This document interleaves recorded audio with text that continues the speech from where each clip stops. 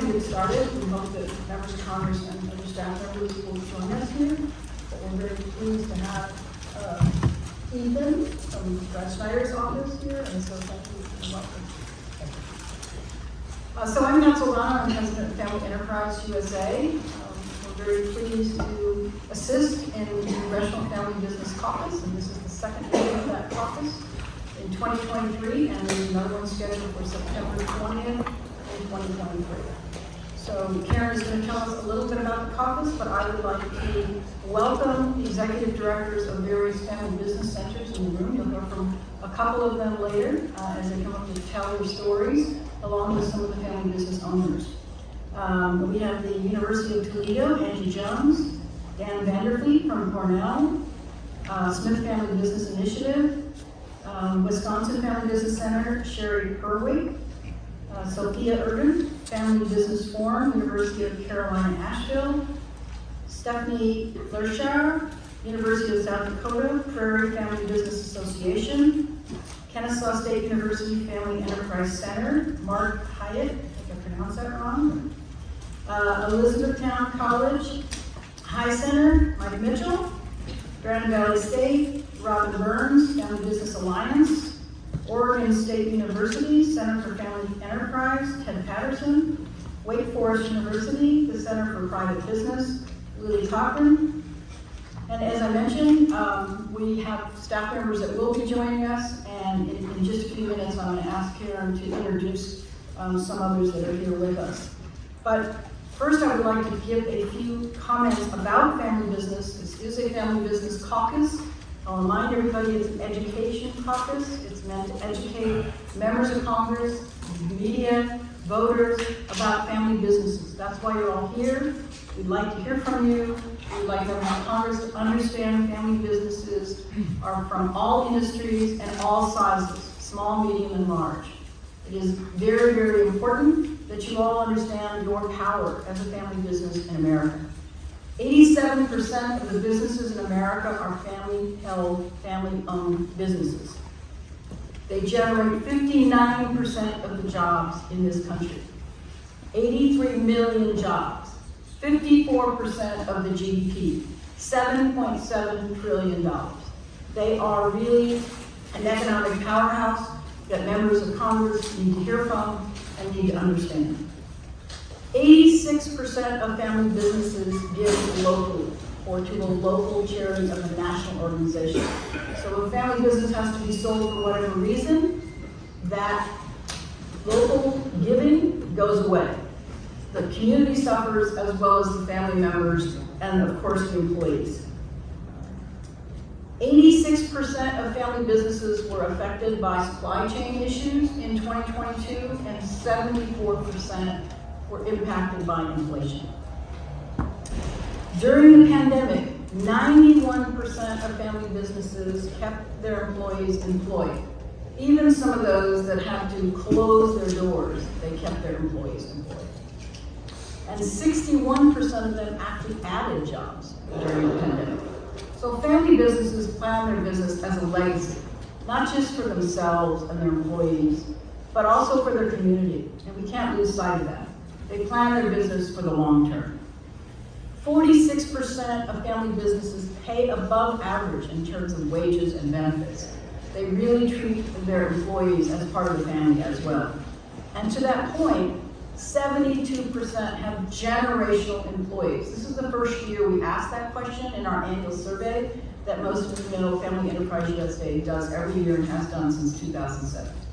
So 72% of them have generational employees, meaning they have more than one generation of employees working in their business. And 66% of them, I'm very pleased to say, this year passed their business on to the next generation. When last year, that was only 51%. So you all did a much better job taking advantage of the estate tax exemption at an all-time high and passing that ownership and control that's so important to family business to sustain their livelihood and their employees. So once again, members of Congress need to hear from you. They need to understand you as a family business, what you do, how you support the community, your employees, and your family. So now I would like to turn it over to Caren Street of Squire Patton Boggs, and she's going to tell us a little bit about the caucus. Good afternoon, everyone. So many of you have heard about the caucus. We are pleased to be joined by some staff today. So the Congressional Family Business Caucus truly is a bipartisan, bicameral effort. We are blessed to have not one, not two, not three, but four co-chairs, one of whom is represented here today. Rep. Jodey Arrington of Texas, Rep. Henry Cuellar of Texas, Rep. Schneider of Illinois, and Rep. Claudia Tenney of New York. I do want to acknowledge that we are also joined by staff from Rep. Dan Bishop's office, as well as Rep. James Moylan's office. But I would like to turn it over to Ethan, who is a staffer in Rep. Schneider's office, and we would love to just hear a few words from you, Ethan. Thank you. Sure. Thank you, Caren, and thank you, Pat. My name is Ethan. I work for Congressman Schneider of Illinois' 10th Congressional District. I recently started working on small business issues for the Congressman, so it's good to be here with you all today. Just a little bit by way of background for my boss. Before he came to Congress, he came from the private sector where he consulted with small family-owned businesses like yours, so he's very familiar with the issues and priorities that you have for your businesses. Earlier in his tenure in Congress, he served on the Small Business Committee, advocating for businesses like yours, and now on the Ways and Means Committee, he continues to do the same. So to underscore what Pat said earlier, we like to keep an open door policy. This is an educational caucus, and we look forward to hearing from you on the priorities. So, thank you. We do expect to be joined by additional staff and members as their schedules permit. So we will be interrupting the program. Apologies in advance, so that we can give recognition to those members and staff. But now I'd like to hear from some of the family business centers that made their way here to Washington, D.C., as well as some of the family business owners. So we're going to start with Steve Wells. Steve is co-owner with his brother of American Food and Vending in New York.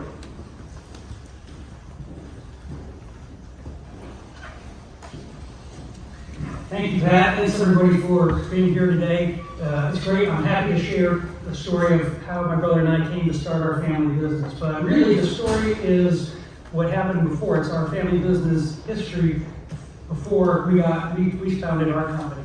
And I'll start on my mom's side. So when I was a kid, so you're going to hear this through the eyes of a 6, 7, 8-year-old kid. When I was a kid, we used to drive down from Syracuse, New York, where I live, to Lebanon, Pennsylvania, the Pennsylvania Dutch country. And the first thing I wanted to do was go down to my grandfather's basement, because down there he had a workbench. And my mom said he was an inventor. And you can imagine why you were a kid who really loved to go down there, because my grandfather invented soda, and that was their family business. He founded a company in 1919 with his father and brother. They were quite successful. His most famous soda pop was the original Pennsylvania Dutch Berkshire. And if you're from Pennsylvania, you probably, that's some people not in it, they probably had my grandfather's soda. They had other sodas as well, but the thing came to a tragic conclusion because in 1974, when I was only 9, he died, and that was the end of the story. And so the first lesson for me as a young kid was, which many of you already know, it's very difficult to perpetuate a family business. Most of them can't make it past one generation, much less two. It's very difficult. So I'll shift to my father's side of the business. And what happened there was it starts in my great-grandfather in 1865, the last year of the Civil War. He didn't have any money at all. And he got on the train, he'd heard that there was a new school, Cornell, that was going like crazy in upstate New York. And he got on the train, and when he got off the train in New York, he went to the Travelers Hotel. And the owner of the hotel was sitting at a table, and the owner came by to him and he said, "Why are you so dejected?" And my great-grandfather said, "You know, if I only had $50, I really know I can make a living and do really well in this town." He left his family behind. So the man loaned him $50, which is quite amazing because you got to remember, in those days, 10 cents you could buy a brand new necktie. He didn't even know who my great-grandfather was. My great-grandfather proceeded to go up the hill to Cornell, and he started buying clothes from the students, their blue blazers, their jackets, whatever, their used clothes. They didn't really care what they sold them for because these were kids who were looking for beer money. They were mostly rich kids. And so they sold him his clothes, and he went into the used clothing business. And got pretty successful. His kids joined the business. 2 of them went off to World War I, and when they came back, in downtown Ithaca, they opened a brand new clothing store of the finest menswear. And it was very successful. Now we're in the roaring 20s. They did great. They went off and opened a store in Akron, Ohio. And I know what happened next because my grandmother told me. In 1929, she moved to Ithaca to marry my grandfather. And as you know, that was the year the market crashed. And she said first things got bad in Akron, and people weren't coming in and buying clothes. And pretty soon, they ended up having to close that store. And ultimately, she said Cornell kind of insulated Ithaca from the Depression at the beginning of the first 2 years, but then it got hit full force, and they were completely wiped out. So the family was once again in poverty, wiped out. At this point, my grandfather went off and saw an ad for a jukebox. He went out and bought a jukebox and convinced somebody to let him put it in their business. And he went into what ended up being the Ithaca Amusement Company, the pinballs and games and that sort of thing. I say this because my dad, who had been a child of the Depression, who grew up with nothing, and saw his father really struggle to earn a living. It was very difficult in those days for my grandfather to earn a living in that business. And my dad was a boxer. He was a really tough guy. He was a boxer as a teenager, and he earned a full scholarship at Syracuse University for boxing. I know most of you don't know this, but NCAA boxing was actually a huge sport before it got banned. And so while he was in college, he also went and started his own business. It was the Syracuse Amusement Company, same business as my grandfather, but then he expanded it to be Syracuse Dining Company. And with his brother, they, over time, and I'll skip the details of all the poverty that they had and how difficult it was to start their business and get it going, but over decades, they were able to build their business and be very successful. And then, in the mid-'80s, I was at Cornell, I was in the hotel school, my brother was in the law school, and my dad called us up one day out of the blue and said, "Do you guys want to go in the family business? Because if not, we're going to sell it. We got a great offer." And I was like, "There's no way I'm moving back to Syracuse. No chance." And so they sold the business. And sure enough, irony of ironies, about 6 years later, my brother, who didn't like practicing law, went back at his MBA in Michigan, and when he got out, the economy was terrible, and so what did we do? We went back and started in the same business that we had grown up as kids, because if we wanted to see my dad, the only way to see him as a kid was he was working.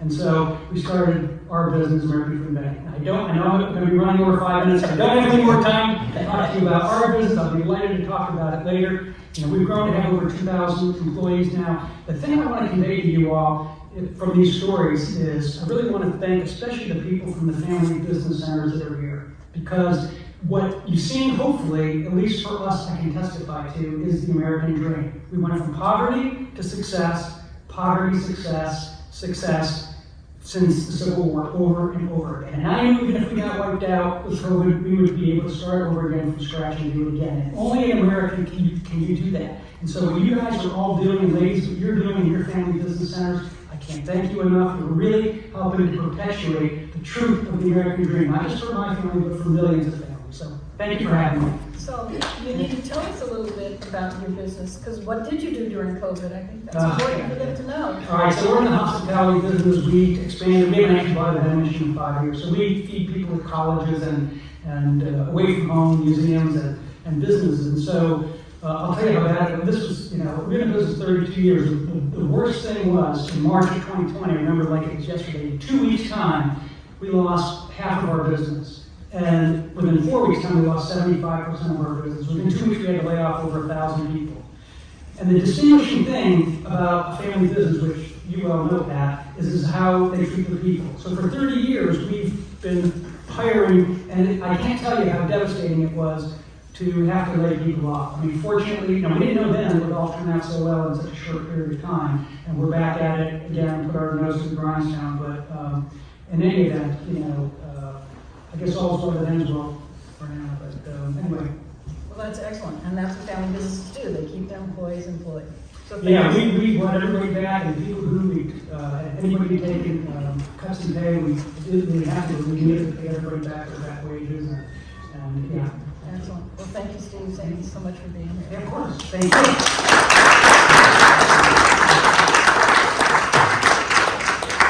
So now I would like to ask David Flimpton, who is the CEO of Intellects, to come up and talk to us. Thank you, Pat.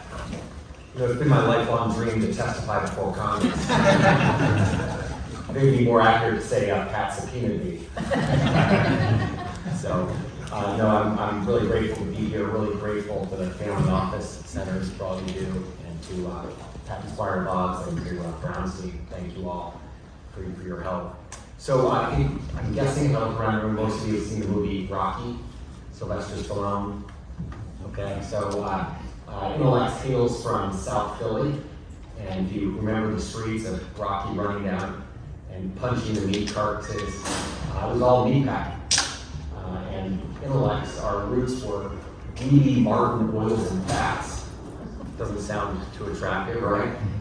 Formed in, 1876. So that makes it about, our predecessor company is 147 years old, our origins. So we went from rendering fats and oils from animals, pigs and cows, taking the parts that people didn't want, and using those, boiling them down to their molecular form. And guess what? These ingredients went into everything from candles to the street lights of Philadelphia to different lubricious substances, lubricants, most of it for industrial purposes. And this sounds freakishly strange today, but yes, also into personal care products like castor oil for or for lipstick and other animal proteins that thought to bind better than plant proteins for shampoos. So we've come a long way, and I think a lot like Sylvester Stallone or Rocky, Intellects is a Cinderella story. So today, I like to say we're in the business of chemistry. We are principally an R&D company. We design new ingredients. And guess what? These new ingredients are entirely plant-derived from sustainable sourcing, and we are exclusively serving the, we say the beauty, health, and wellness markets, or personal care, those functional ingredients that you can apply to yourself. We have any chemists in the audience, of which I'm not one. The chemistries we use are principally called esterification, which simply means the removal of water off of these molecules to come up with lubricious substances, things you can rub on and rub off. That's it. And we are grateful to be behind tens of thousands, not hundreds of thousands of SKUs, usually kind of 1% usage levels, so that's fine, as long as people are using our product, we're happy. Joking aside, so we're a manufacturer, we're principally US based.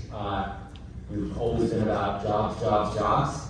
We consider ourselves, I mentioned this to a couple of you, really a family investment that we have stewardship over, and that stewardship extends to those families that really help Intellects be a family business. We do not have other family members operating in the business. And we really encourage our people to think of the work we do as first serving one another, as together we serve our customers. So it's really a service model, a stewardship model, and more recently we've been saying we want to help other people and customers, suppliers, be successful. We want to be a part of other people's success. That includes talent stewardship, for example. So that's a little bit about us. Like I said, about 150 years old. I'm happy to have my son and shareholder here with me today, Jeremy Clinton. And people have been asking me whether one of my children might someday be CEO. If one of them chooses to be, I'm sure she will do a very good job. I have 4 daughters in addition to 3 sons. Thanks, David. Appreciate it. Thank you all. Great to see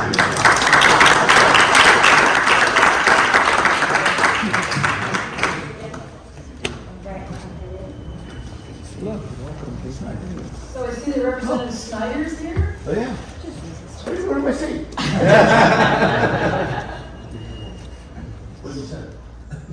So thank you so much for coming. We really appreciate it. We'd love to hear from you a little bit about family business and the fact that you are willing to co-sponsor with 3 others, this caucus, this Congressional Family Business Caucus. Well, first, Pat, it's good to see you, and it's good to see everybody here.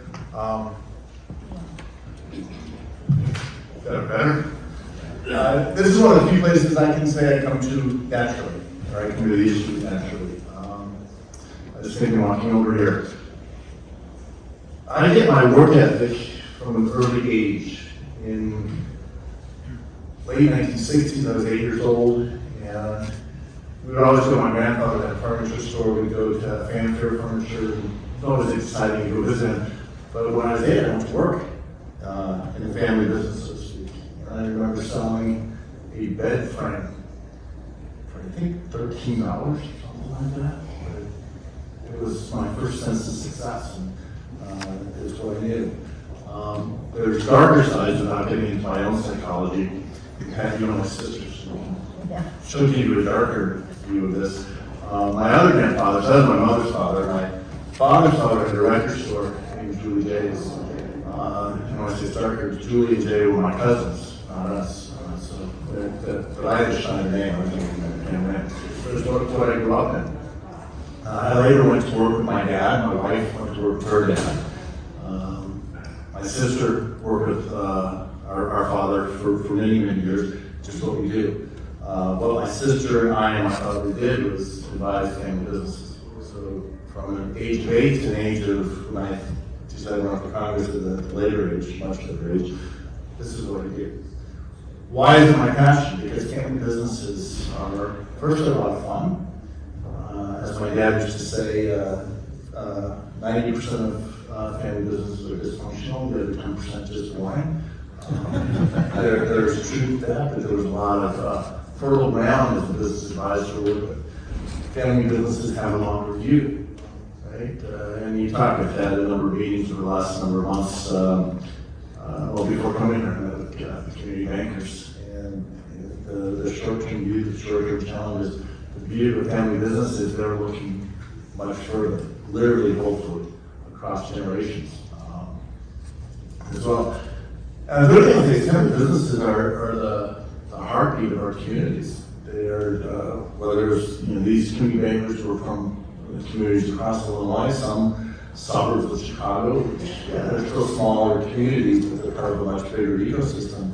But some of them are from rural communities around Illinois where there's nothing around them for miles.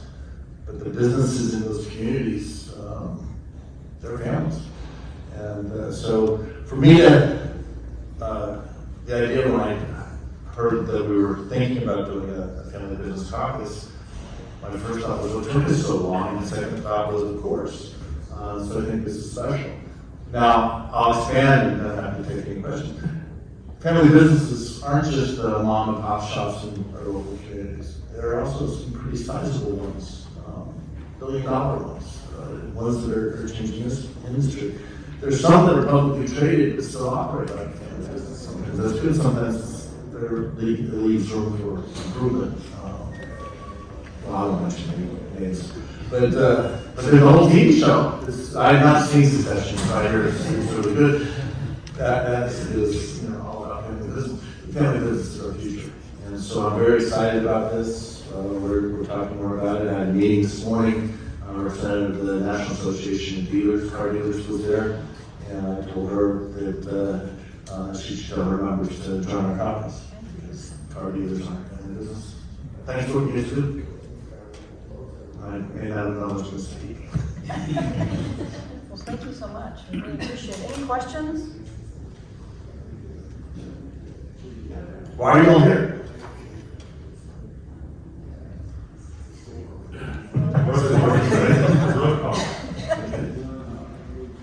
We want to find more people like you to join the caucus. So thank you, please do. Look, I will tell you, I say this all the time. There's 435 representatives in the House. We come from all different walks of life, different backgrounds. I did have a realization today. I guess car dealers are the theme of the day, so I had a meeting this morning with the Dealer Association. It was the National Automotive Dealer Association. There are 4 car dealers on the Ways and Means Committee, which turns out there are only 5 in Congress. The 5th one was Roger Williams, who was the chair of the Small Business Committee.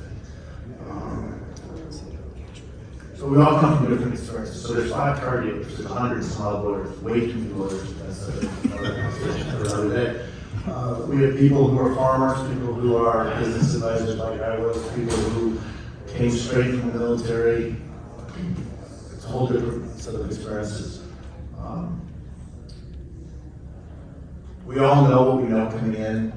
Everyone came for whatever reasons brought us here. We have staff who expanded our know-how, knowledge base. But the work that you do, the fact that you and everyone else who comes to visit us with different perspectives, different ideas, is really important. And getting more people in the Family Business Caucus to understand why family businesses matter. Even I had 3 terms on the Small Business Committee. And to me, when I think small business, I think family business. I have a very broad definition of family business. If you have 2 or more people from the same family business, that's a business. One of the owners is more than half their assets invested in this business. That's a family business as well. You know, they're not thinking of themselves because what happens in that business affects the whole family. Policymakers, even though we may not have any connection to family business from it, having a caucus means that more people will have that connection as we work here. Well, and you should know who's in the room, is that you have family business owners here, but you have about a dozen representatives from family business centers around the country who came here today. Yeah, so we're. Which centers? We have a long list. Would anyone like to speak up and say who you're from, where you're from, and who you are? Ted Patterson, Center for Family Enterprise, Oregon State University. Yeah, I'm Derek, Executive Director of the Family Business Forum at UNC Nashville. Angie? Sure. Angie Jones, Director of the Family Business Center at the University of Toledo. Sherry Gerwig, Wisconsin. Lily Harper, Wake Forest University Center for Practice. Where's that at? Robin Burns, Family Business Alliance of Grand Rapids, Michigan. You know the Kaufman family? I'm sorry? You know the Kaufman family? So actually, I'm having dinner with Greg Kaufman tomorrow. Stephanie Larshide, Prairie Family Business Association in South Dakota. Yes. I'm Mark Hyatt, I'm the Executive Director for the Family Enterprise Center at State University of Georgia. Mike? Mike Mitchell with the High Center for Family Business in Elizabethtown, Pennsylvania. Dan? And Dan Vanderbilt, Executive Director of the Smith Family Business Initiative at Cornell University. Did I miss anybody? Okay. So I love hearing that. I was involved with Loyola's Family Business Center for a while, and then John Ward moved to Northwestern and worked with them for a while. I love hearing that from communities of all types, schools of all types. I think, especially for next generation, one of the things I love is seeing next generation step into the shoes. Whether it's second, third, or fourth generation. But our role as advisors was to help them navigate and chart their course. I think one of the things that the centers can do by reaching out to the community is normalize the experience. Every family is going to be distinct in their own experience, but it's variations on theme. And understanding that, yes, I'm going through this with my dad, or I'm going through this with my daughter, whatever the case may be. There's other people going through similar things, and having that relationship is a real great value. So it's not just the academic piece of the information. So any ways we can help with that, please let us know. Well, thank you once again, and you should know that we are doing an event in Chicago with Loyola, with the Family Business Center there, and it's June 1st. We reached out to your office, so if you're in town, maybe if you're in the area, I should say. I am almost 99% certain I'm here. Yeah, I think so. Appreciate that. Is it the day we're here? It's, yeah, and I think it's a Tuesday or Wednesday, so that's, No, it's a district day. okay. In So we'll reach out Chicago? again, Before 6 o'clock? yeah, yeah. I might be able to get to work before 6 o'clock. I'd be downtown at 6 o'clock. Okay, all right. All right, well, thank you guys. Thank you so much. Thank you.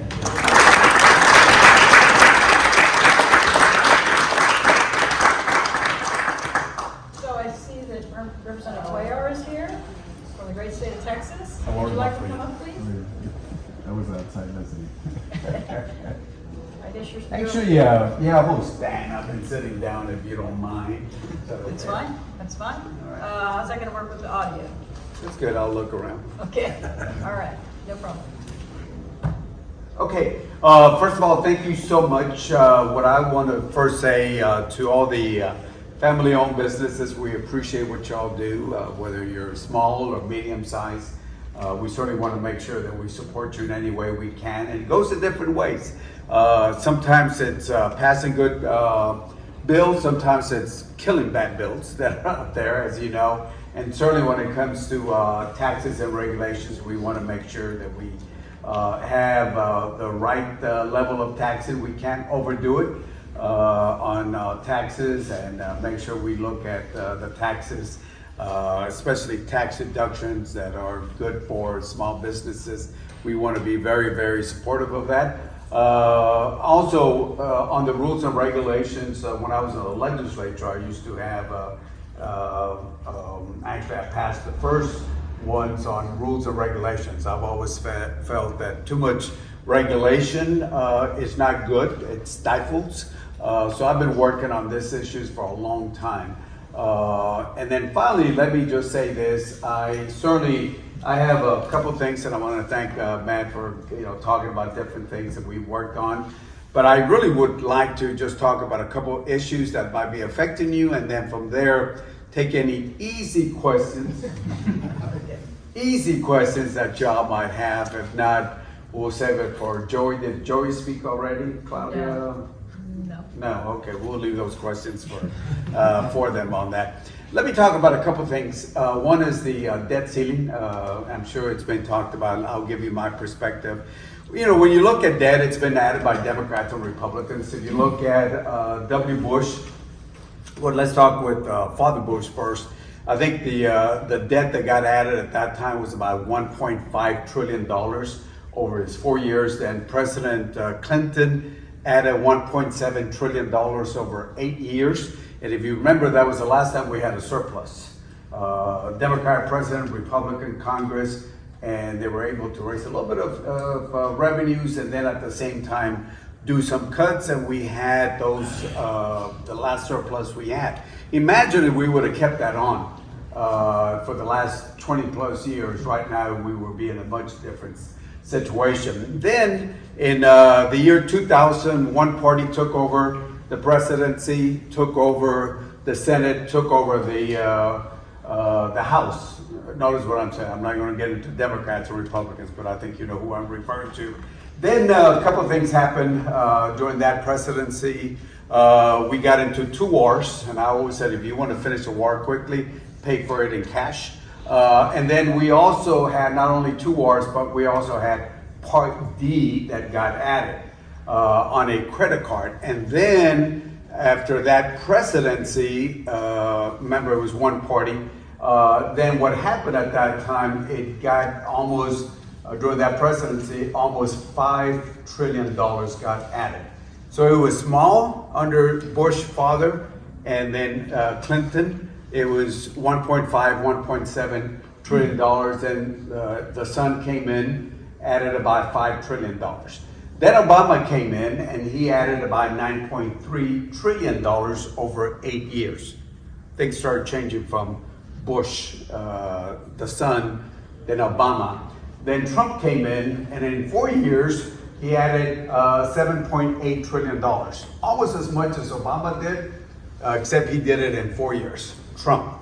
And then, of course, right now under Biden, I think it's like almost 2-point-something trillion dollars. And if he keeps going, he's going to do more than Trump did and Obama did if he goes at this particular rate.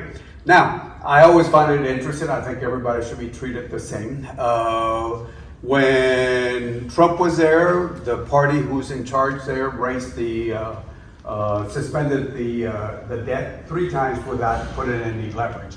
If you look at history, and again, I know we got Republicans and probably maybe some Democrats here, but let me just give you what the facts are. When Obama was there, Republicans took over, and all of a sudden they woke up and said, oh, you know what, we got a debt. And the Tea Party folks said, we're going to go ahead and do this and all this. This happened in 2011. And then under Trump, nobody said anything. It was raised 3 times clean. And then, sure enough, a new president comes in, he happens to be the other party. Then people wake up and say, oh, guess what? We have a debt problem. The reason I say that is I don't care if it's a Democrat or a Republican. I think we ought to look at debt the same and not wake up when there's somebody of the other party. As you know, today at 3 o'clock, they're supposed to have another meeting. And the way I look at debt, I look at it this way. Anybody's a banker here? No? Banker, okay. So imagine if one of these business persons came up to you and said, I want to invest some money in my business. I've got all this equipment to buy. They make a decision, you all sign, you all agree to move forward. A decision was made to buy things. Then later, that businessman says, you know what? I don't know if I'm gonna pay that. Let me prioritize my notes. I'm gonna pay my electric bill, I'm gonna pay my employees, then I'll pay you back. You're gonna say, no, hold on, that's not the agreement. Same thing with our national debt. We made a decision under Democrats, under Republicans, under Biden, under Trump, under Bush, under Clinton, and on and on and on to spend money. And now there are some people who say, well, let's think about it, and maybe we should pay this, we should prioritize and all that. This is exactly the same thing. The decisions should be made when you spend the money, not afterwards you decide. But unfortunately, we should not be using the debt as a leverage, but what we're seeing is that. What they will come out, as you know, Republicans won certain things, Democrats generally won. A clean debt, the way it's been done, I think we'll probably get something in between that. There'll be some sort of compromise. Right now, everybody has their own position, but hopefully we can do this so we don't put our credit at risk in any way.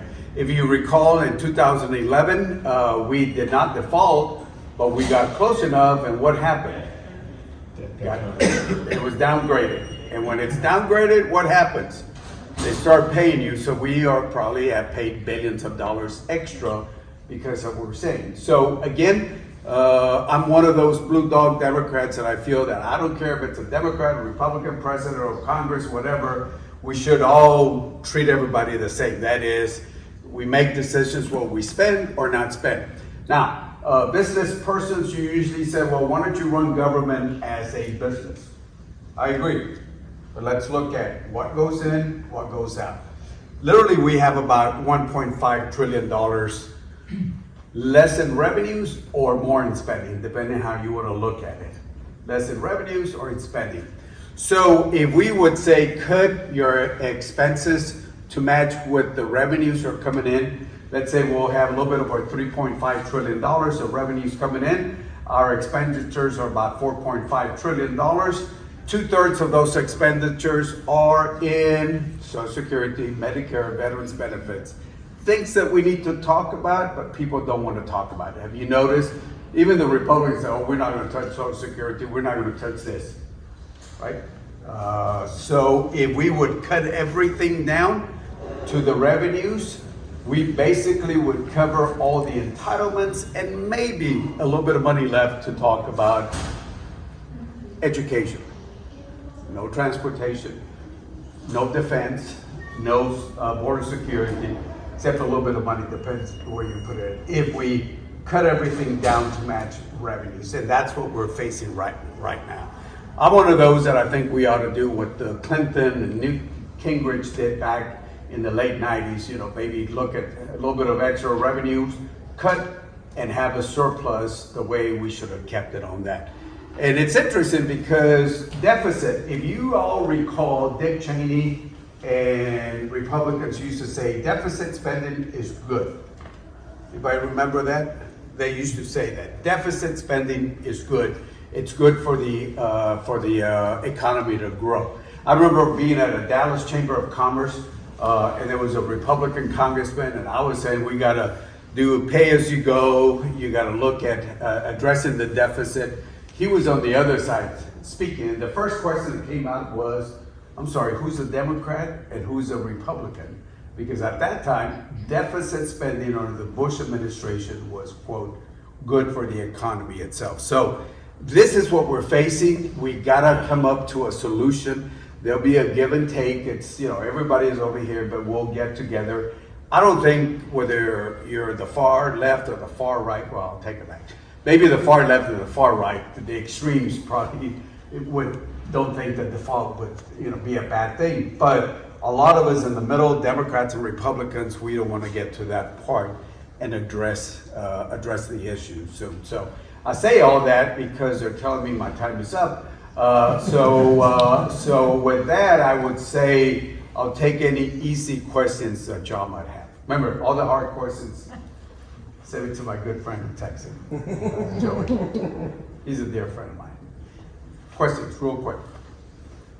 Well, I like this. Either you're hungry, or you're going to go eat, or there's no questions. What's the most likely bill to pass this Congress to help the economy? Will be something on competition with China, or the Farm Bill, or what's the most likely? I think all of the above. The Farm Bill, I'm a big supporter of the Farm Bill. The last thing we want to do is import food. We got to have food security, and we got to make sure that we support our ranchers and the farmers so they can do that. Second, competition with China. If you look at it, the pandemic showed us one thing, how dependent we're on China. Now, a lot of the things are the basic things. If you think about it, there's no Chinese cars or high tech. It's all basic stuff. If you look at it, from masks to clothes to, ties to whatever it is, it's certain things. And we gotta make sure that we understand that every great civilization is involved in trade. And the more we can export, the more jobs that we create. Now, one of the things that's happening when we're looking at China in the Indo-Pacific and other places, keep in mind they're in our own backyard. And by that, I'm talking about, look south. They're starting to spend a lot more in Mexico, they're in Central America, they're in Latin America. And the last thing we want to do is wake up and realize that right south of us, you got the Chinese, and they're already investing in there. They're already investing in there on that. So that's why trade and commerce and investment with Latin America is going to be very important for American companies. And I've always said, look, I'd rather have the companies here. But if they're going to go abroad because the labor is a little better and certain things are better, I'd rather have them go to allies like Latin America than China, because you saw what happened, what China did on it, and the way they play games with us, and from currency to wherever it might be, we got to look at what China is doing. Years ago they were talking about in the old days when America was being founded. It was interesting. They were talking about, somebody made a prediction that the big fight was going to be between the U.S.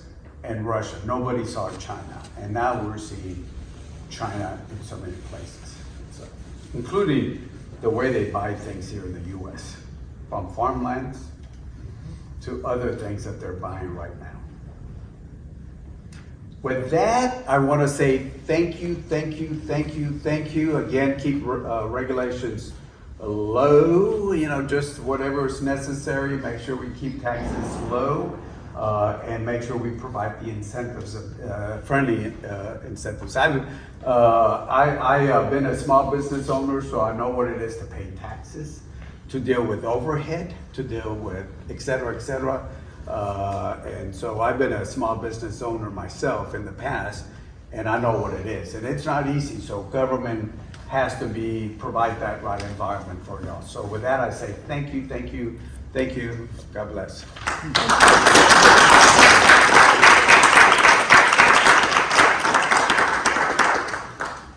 Yeah, we don't have any Texans, right? Do we have any wannabe Texans? A lot of companies. Just kidding. Have a good one, guys. Thank you. So with that, I would like one of our Family Business Centers to come up and speak. So Dan Vandervliet, you want to come up and talk to us from Cornell University, Smith Family Business Initiative. Thank you, Pat. I think what we've heard today is connections matter. Honored to be joined by many of my colleagues from other family business centers, from Oregon to Georgia, from South Dakota to North Carolina. And it's the connections that these centers have with family businesses throughout the country that I think really truly are earned that we have. Of those centers, there's about 50 in the US, and I would estimate that the aggregate connections of those centers represent thousands of connections with family business owners and the families themselves. These are trusted connections that matter, and this is, collectively, the power that the family business centers have. Family Enterprise has been around since 2007, but really it wasn't until Pat joined that I think this organization realized its full potential. And Pat has worked with these family business centers to really sort of amplify the voice of these family business owners. You heard her talking about the stats earlier today for family businesses. And I think, a lot of those stats come from the businesses that we work with as family business centers. We work very closely with Pat and Family Enterprise USA to distribute that survey, to get that into the hands of family business owners so we can, on an annual basis, sort of take the temperature of family businesses nationally. Steve Wells was up earlier, and I think, just want to highlight two connections and why they matter. I routinely send out that survey to our family business owners and a lot of our alumni base. Steve got a hold of that right away. He said, "What is this Family Enterprise USA? Never heard of it before," and instantly knew this was something he wanted to be involved with. Now he's on the board of Family Enterprise USA, and he's an important voice for family business owners. I represent the Smith Family Business Initiative. John Smith is our benefactor. And when this caucus was formed last year, we included in our newsletter that this had happened. And I met with John this past February. He was in New York City. We had an event together. And the first thing he said, when he sat down, he said, "What is this Family Enterprise USA? This is the type of work we need to be doing." So he was incredibly proud about the work that our center had done collectively with the other centers to help make this caucus happen. And I think he instantly reached out to Pat, and he's been a supporter of Family Enterprise USA as well. So again, these connections truly matter, and it's the collective voice that I think these centers bring, and the way that Pat helps to amplify that voice here in the halls of Congress.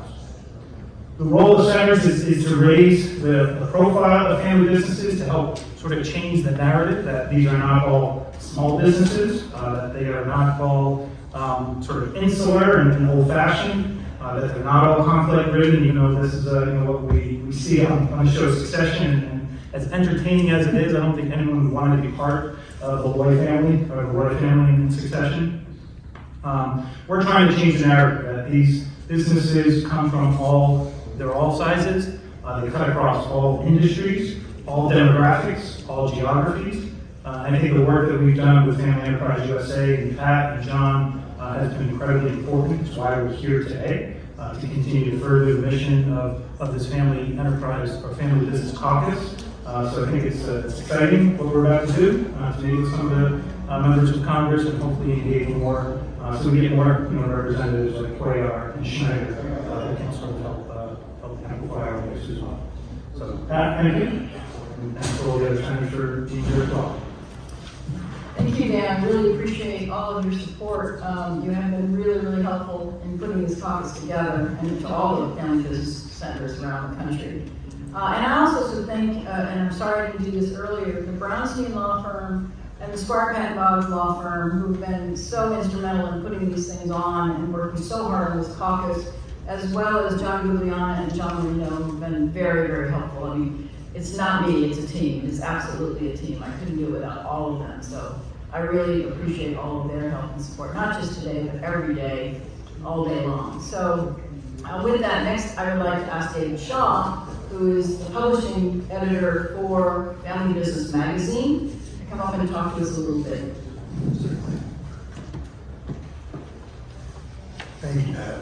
I'm actually the publishing director of Family Business Magazine. I've been in that role for almost 20 years now. Family Business Magazine is 34 years old, and we are owned and operated by a third-generation family business. Our president is G3, and our mission is to help multi-generational family-owned businesses remain that way. Has been our mission all our time. Edelman, I don't know if you know about the trust barometer that they do. Edelman's a public relations agency, but they find that consumers trust businesses more than NGOs, government, or the media. And of those businesses, the ones they trust the most are family-owned. I think this is for several reasons. For some of you out there, I know the Family Business Centers, you have companies or members who have the name on the door. And that's one reason there's a lot of trust. But I think the main reason is the way family businesses think for the long term. And we were hearing stories about Civil War era and so on. Our 100 oldest family businesses in the U.S. list, to make that list, you had to have been founded in 1850. 10 of the companies that are the oldest in the U.S. were founded before 1697, and 25 were in business before the Declaration of Independence was signed. So these family businesses think for the long term. And it's that long-term approach that we believe needs to come into consideration before Congress when it comes to tax and state law. So I know we're an informational caucus and we're big believers in that, but the generational transfer of active family businesses is fundamentally different from other generational transfers of wealth. And tax laws that penalize that have the potential to hurt the business, its employees, and its customers. So to give you an idea, we've been hearing about small businesses in the SBA, that our average reader is in generation 3.2, 3.3 right now. And the average company that we serve as a magazine has revenues of between $300 million and $400 million. Now there are smaller family-owned companies and there are much larger ones. I think Congressman Cuellar alluded to one. I mean, Ford Motor Company is family-controlled, public company. So is Walmart. But we exist as a magazine to keep family businesses together. And we think our mission is very similar to the mission of the Family Business Center. So we applaud all of you center directors out there who do such a great job of providing great information and connections to family-owned companies and their owners and their shareholders.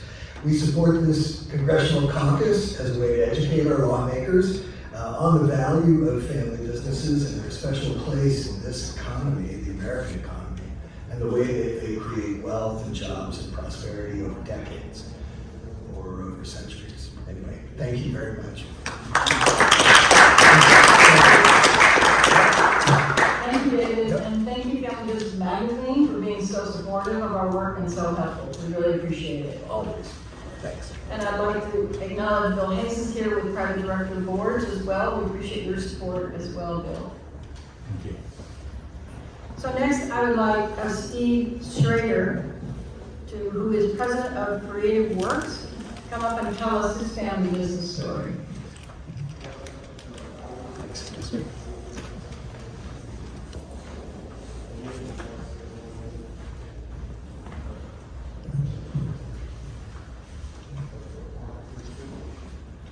Good afternoon. I'm representing, kind of representing Loyola in Chicago.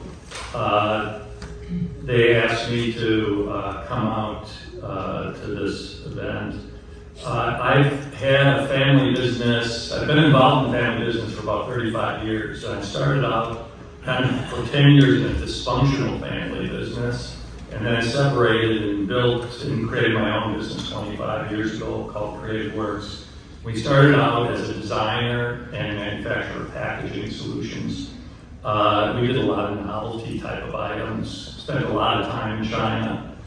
And it was really tough go in the first 5 years. You know, at one point, I couldn't even find somebody to invest in the business. I went out and tried to find now today, I have private equity companies calling me, multiple times a week wanting to invest in our business. But I stuck with it, even though I would say there was a time that I felt like if I could give somebody the keys to our company, I would have given them to them and walked away. It was so much responsibility. But I've been excited by our company since 2005. We've really taken off. We were in Crane's fastest 50 growing companies in the Chicagoland area for several years running.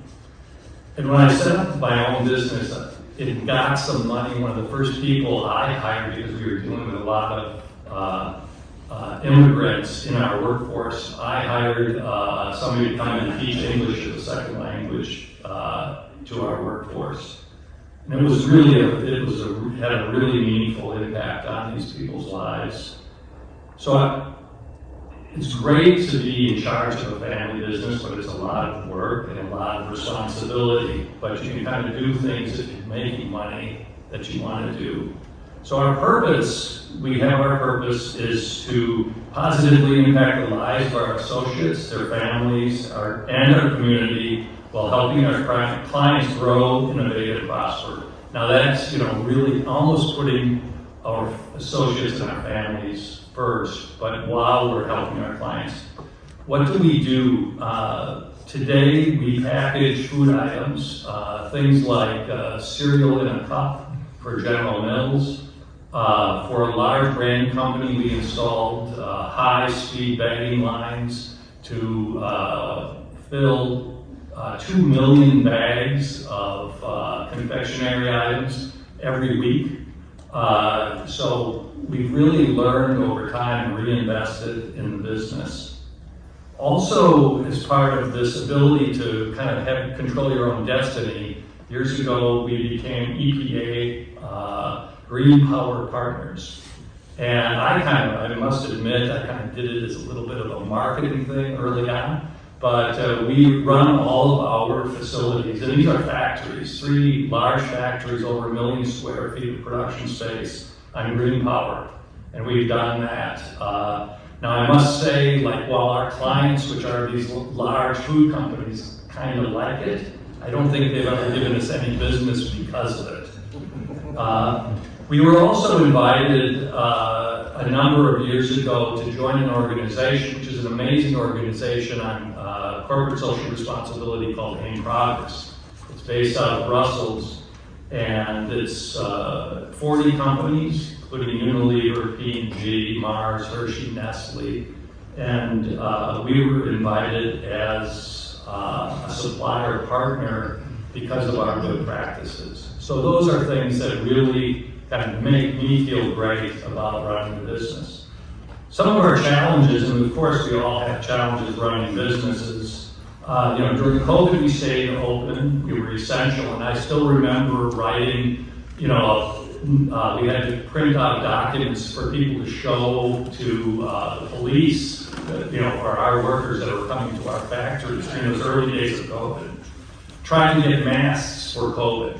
I had to scrounge around. I got 100,000 masks from China because I had some connections in China. I got another 50,000 from Mexico because I had connections in Mexico. And my only fear was that the federal government was going to take them when they landed at O'Hare Airport because there was rumors that they were confiscating PPE. So we stayed open during COVID. We applied for COVID relief, and we were awarded $2.5 million. But then we were told that we had to give it back because we employed too many people. So I was wondering, why did we have to give our money back when some of these largest corporations got to keep the money? But we survived COVID and became a stronger business. I think, COVID helped us also. If you made chocolate chip cookies during the pandemic, there was a real demand on Nestle Toll House chocolate. So there's a good chance that we packaged those chocolate morsels for you. I'm really excited also to meet so many family business people here that are really doing amazing work in your organizations, because as a family business guy, when I was first involved in family business, we had some really bad advisors. And then my second go around, we joined Loyola immediately, because while there definitely are a lot of tax issues and generational issues, as you all know, just dealing with the family dynamics is really one of the main hurdles. I find it really challenging today that family businesses are disappearing because of the so much private equity money out there that's gobbling up so many small businesses. And like I said, literally every week if somebody doesn't call me, I gotta wonder why, what did I do wrong with my business? because there are people out there that want to buy it all the time. But it really, I see what happens to a lot of the businesses that get bought.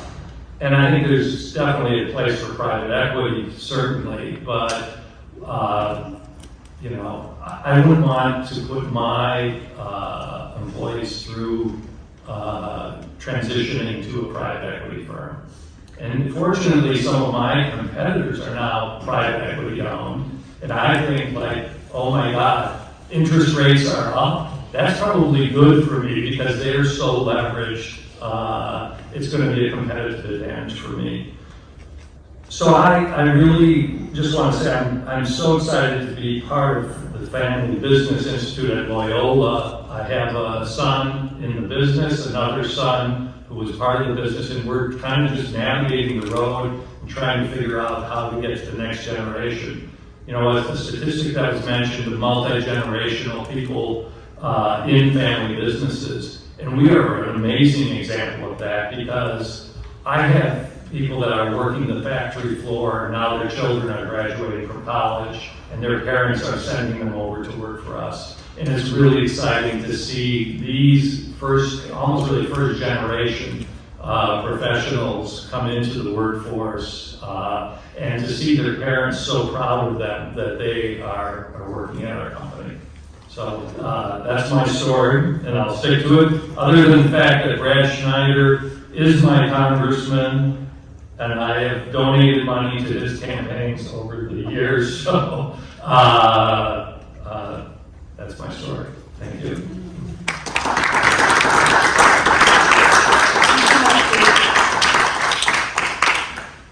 And now I'd like to ask one of the Family Business Center's, Angie Jones, to come up from the Executive Director of University of Toledo Family Business Center.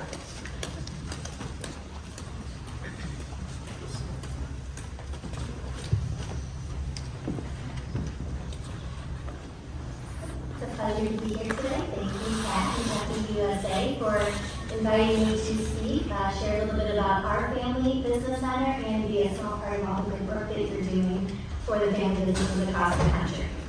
So the University of Toledo Family Business Center is a member-based organization that's dedicated to providing resources for the success of our regional family business community. Companies are members of the center, not just an individual, not just the owner, and they range in size from billion-dollar, very international woodworking companies, so see, not just small business, all the way down to a mom-and-pop paving company where 6 out of 10 employees are family members, and everything in between. I would say like a third of them are manufacturing, considering where we're positioned near the auto industry. Near Detroit, a third of them are service, and the rest are transportation, educational. They run the gamut. But the affinity that brings everyone together, regardless of what they're doing, what they make, who they serve, where they're at, how big, how small they are they all dealing with the family issues, working with spouses, working with children, transitioning to the next generation on. So recognizing the crucial role that family dynamics play in business success, our center goes beyond conventional business assistance. We prioritize the holistic health of the company, along with the family, and the business part of it. So we offer guidance and education on the unique challenges that come along with owning your own company. So we do this by focusing on relationships, on connecting people together. Dan talked about that earlier. I'm not an expert on all things family business, but I make sure I'm connected to the people that are. Sometimes we find that the best learning is that peer-to-peer learning, and we facilitate many types of peer groups, from niche discussion groups to advisory board type groups, even one-on-one connections. And sometimes you just need to talk to someone who's been there, done that, right? Someone who can say, I've gone through the challenges you are, here's what you're hearing from your advisors, but let me tell you how, if you follow best practices, how it might impact your relationship with your spouse or your children. We facilitate dialogue on the critical issues unique to family businesses, again, working with spouses, working with children, making sure you're prepared for succession, for transition, family employment policies, governance, all the best practices. And sometimes the best thing we can do is help start a conversation, right? A conversation they don't know they should be having, because you know what you know, and a lot of our companies are really in the day-to-day just trying to survive, or how to start a conversation that they don't know how to start, and something that may be uncomfortable, sitting with the parents saying, okay, when are we going to transition to the next generation? Sometimes we can act as that third party to get that conversation going. And then we listen. We listen to what's been keeping them up at night, what are some of the challenges. So recently, from our region, what we've been hearing from our members is supply chain issues, higher prices, wait times, inflation, interest rates, or affordability, as Frank said earlier, not inflation, not being able to get capital or the cost of capital. Labor is a big one, I'm sure you all hear that. They can't find people, and if they do find people, they can't keep people. Project labor and union issues have been impacting our region. And of course, the sunsetting tax revisions, they aren't happy about that. And then we'll do as a center whatever we can to help them. So it might be connecting them with a resource, it might be putting on a program, brainstorming ideas, being a sounding board, whatever they need. So another issue that we've been hearing a lot from the companies in our area is the lack of understanding of and representation in policy change. So believe me when I say that my members have been thrilled with our partnership with FEUSA and this caucus. They feel that they finally have a voice. So ultimately, our center exists to help ensure the success of family businesses because their prosperity directly impacts our community. So when our family business center was established in the early 90s, we had maybe 7 or 8 Fortune 500s in Toledo. Now we have 4. So at that point, back in the 90s, they employed 14,000 people. Now we have 4, and just one of them are headquartered in the actual city of Toledo. So the landscape has transitioned. And while the 3 biggest areas of employment in our area are government, healthcare, and education, and while they're all very essential and important, none of them contribute any tax revenues. So I know I'm preaching to the choir when I say this, but family businesses are the cornerstone of our economy. So they're some of the best people to work with. Business owners, they are rooted in our community. They bring the family in our communities. Their employees are from our communities. You know, they're the ones that are supporting the local nonprofits. They're the ones supporting the charities. They're the ones that are showing up and stepping up when needed. So the establishment of this dedicated caucus demonstrates the commitment to understanding and addressing the distinct obstacles and challenges that family businesses have. And so by ensuring their concerns are heard and represented in the legislative process, you're creating an environment where they can thrive and contribute even more significantly to our local and international economies. So I can tell you the business owners are very appreciative of the support and the proactive efforts of this caucus and Family Enterprise USA. Well, thank you very much.